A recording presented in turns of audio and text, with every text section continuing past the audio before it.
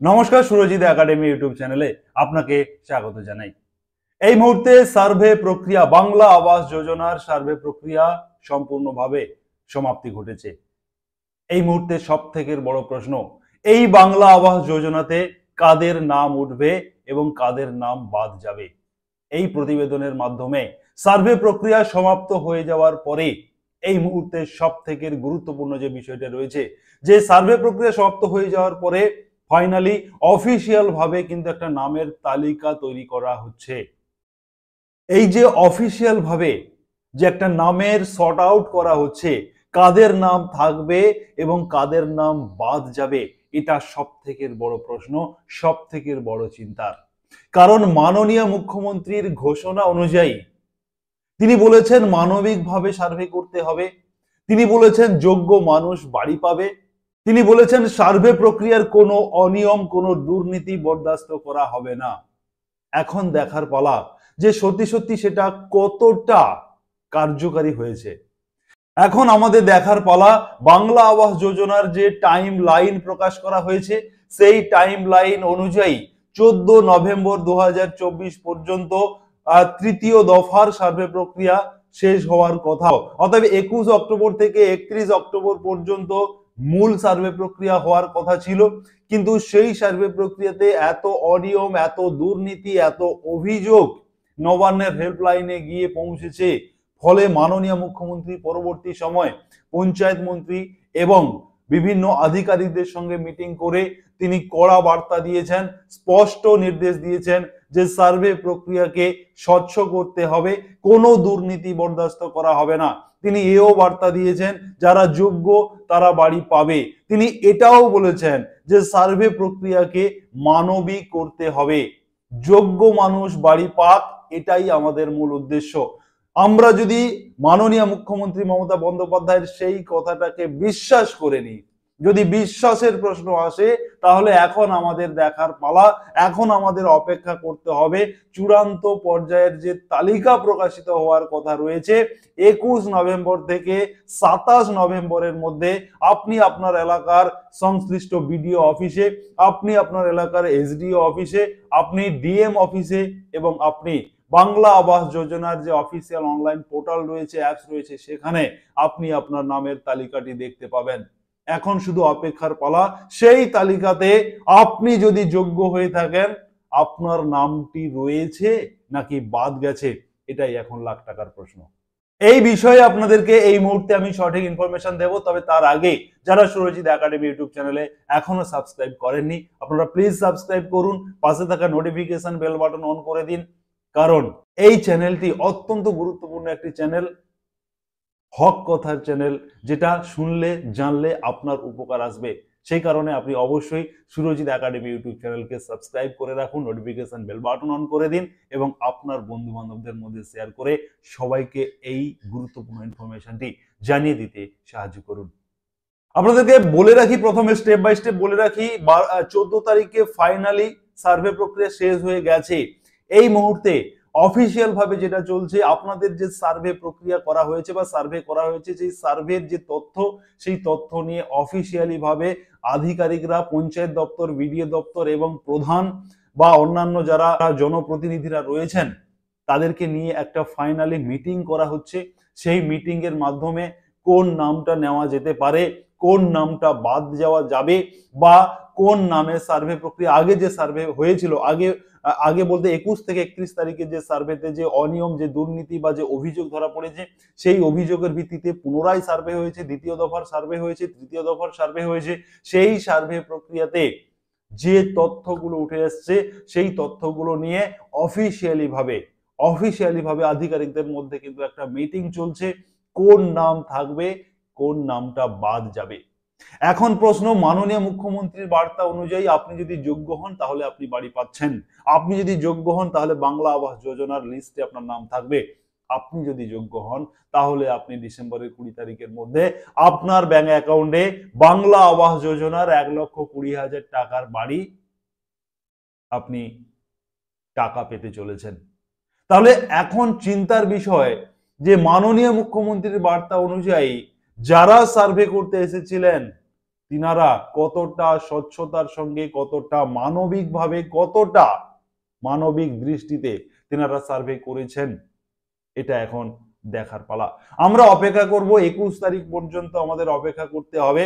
21 তারিখ থেকে 27 তারিখের মধ্যে ফাইনালি আপনাদের একটি তালিকা প্রকাশিত হবে।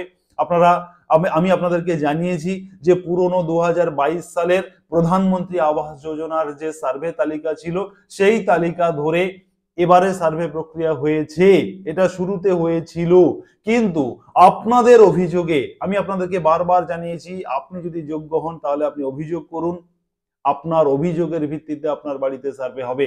এবং সেই নিয়মে নতুন করে আবারও পুরনো লিস্ট শুধু নয়, নতুন করে তালিকাভুক্ত করা হয়েছে অনেক নাম, যে নাম বা যে বাড়িগুলি বন্যায় ক্ষতিগ্রস্ত হয়েছিল বা যে দানার প্রকোপে যে সমস্ত বাড়িগুলো ক্ষতিগ্রস্ত হয়েছিল, সেই বাড়িগুলো কিন্তু আবারও নতুন করে সার্ভের তালিকায় নেওয়া হয়েছে। তাদেরকেও কিন্তু এই ডিসেম্বর মাসে টাকা দেওয়া হবে, এমনটা কিন্তু সূত্রের খবর রয়েছে। সেক্ষেত্রে আপনি যদি যোগ্য হয়ে থাকেন তাহলে আপনি কতটা আপনি সেই তালিকাতে নাম তুলতে পেরেছেন, সেটা দেখার বিষয়। এবারে আপনাদেরকে বলে রাখি, কিছু নতুন নিয়ম এসেছিল। সেই নিয়ম অনুযায়ী যাদের পাকা বাড়ি রয়েছে তারাও বাড়ি পাবেন, তবে পাকা বাড়ির কিন্তু একটা নির্দিষ্ট মাপকাঠি রয়েছে। যাদের পুরনো বাড়ি, ইটের দেওয়াল, ভগ্ন অবস্থায় রয়েছে, খারাপ পরিস্থিতিতে যে বাড়ি রয়েছে, পাকা বাড়ি থাকলে এই নয় যে একদম সুন্দর দোতলা বাড়ি, একতলা বাড়ি রয়েছে পেয়ে যাবে, ব্যাপারটা নয়। পাকা বাড়ি, ইটের দেওয়াল থাকলে আগে বাদ দিয়ে দেওয়া হতো, এই মুহূর্তে কিন্তু ইটের দেওয়াল থাকলেও আপনি সার্ভে তালিকায় নাম তুলতে পারবেন এবং আপনি বাড়ি পেতে পারেন। এটা কতটা কার্যকারী হয়েছে সেটা আমাদের এখন দেখার পালা। আমরা সবাই তাকিয়ে রয়েছি 21 তারিখের দিকে। এবং নতুন যে নিয়ম এসছে সেই নিয়ম অনুযায়ী যারা পরিযায়ী শ্রমিক ছিলেন আপনাদেরকেও এই সার্ভে তালিকায় অন্তর্ভুক্ত করা কথা বলেছিলেন মুখ্যমন্ত্রী। সেই অনুযায়ী আপনারা কতটা সেই তালিকায় নাম অন্তর্ভুক্ত করতে পেরেছেন সেটা আপনারা আমাকে কমেন্ট সেকশনে লিখে জানাবেন।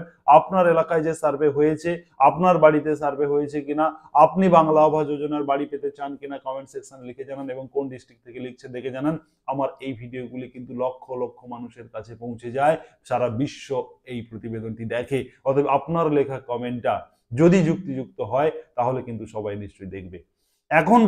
এখন যেটা আমি বলতে চাইছি যে বাংলা আবাস যোজনার এই যে সার্ভে প্রক্রিয়াটি হলো, এই সার্ভে প্রক্রিয়াতে যে মূল যে বিষয়টি উঠে এসছে সেটা হচ্ছে যে মানুষের মধ্যে কোনো ভুল বার্তা যেন না পৌঁছায়, এমনটা কিন্তু জানিয়েছেন মুখ্যমন্ত্রী মমতা বন্দ্যোপাধ্যায়। রাজনৈতিক দলগুলির সঙ্গে মানুষের মধ্যে যে একটা ভেদাভেদ রয়েছে এই আবাস দুর্নীতি বিষয়ে, আবাস সার্ভে প্রক্রিয়া নিয়ে যে ক্ষোভ রয়েছে সেটাকে মিটিয়ে ফেলতে হবে। প্রয়োজনে মাইকিং করে, পাড়ায় পাড়ায়, গ্রামে গ্রামে মাইকিং করে বাংলা আবাস যোজনা সংক্রান্ত মানুষের মধ্যে যে ক্ষোভ রয়েছে সেই ক্ষোভ মেটাতে হবে। তাদের প্রশ্নের সম্মুখীন হতে হবে, তাদের বক্তব্য শুনতে হবে এবং যোগ্য মানুষ বাড়ি পাবে, এমনটা কিন্তু বার্তা দিয়েছেন মমতা বন্দ্যোপাধ্যায়।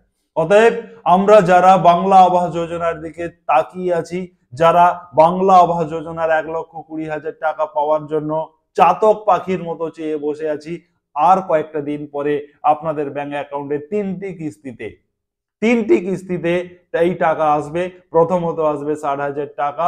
আপনার কিছুটা বাড়ি কনস্ট্রাকশন হয়ে যাওয়ার পরে আপনাকে সেই ছবি দেখাতে হবে, তারপরে আপনার অ্যাকাউন্টে আসবে 40,000 টাকা এবং তারপরে আসবে 20,000 টাকা। এই করে আপনি 1,20,000 টাকার বাড়ি পেয়ে যাবেন। এখন যেটা বিষয়, আপনি বাংলা আবাস যোজনায় নাম তুলতে পেরেছেন তো? আপনার নামটা বাংলা আবাস যোজনার ফাইনাল লিস্টে আছে কিনা, এটা এখন সব থেকে বড় প্রশ্ন।